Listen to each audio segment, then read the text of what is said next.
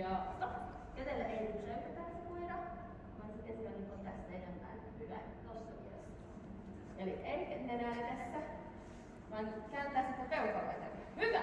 Noin! Hyvä! Ja siinä palkka. Ei se tarvitse paljon tehdä. Ja varsinkin jos tuntuu, että enemmän ei mä eteenpäin vien, vaan enemmän niin vien tänne sivulle ja sillä niin kuin mä haen.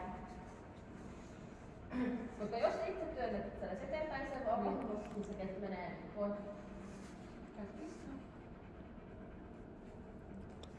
Hyvä! Noin! Hyvä. Sitten, eli jos halutaan niin sitä pomppimista ottaa pois, mä ottaisin ensin perusasennossa. Eli käsi on tossa, palkaan ja nostaa se käsi ylös ja se pysyy siellä ja sitten laskee alas. Eli pikkuhiljaa tottuu siihen, että se käsi voi olla tässä ylhäällä, mutta siihen päin tai siihen perään ei välttämättä pomputaan.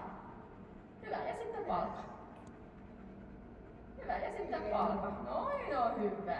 Mutta se käsi menee siihen saman asentoon takaisin, mihin me halutaan sitten siitä seuraamistakin niin tukea.